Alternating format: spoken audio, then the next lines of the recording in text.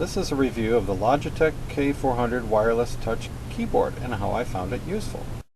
Here is an old Inspiron 8100 which has a lot of problems. The screen does not work and there's a key that can't come out, and generally it's old, not doing much. However, with the wireless keypad, see, no wires at all, I put the little device into the laptop and now it's a functional computer. I can type test and move around. It's very good. So it's made use out of a machine that I thought had no more use.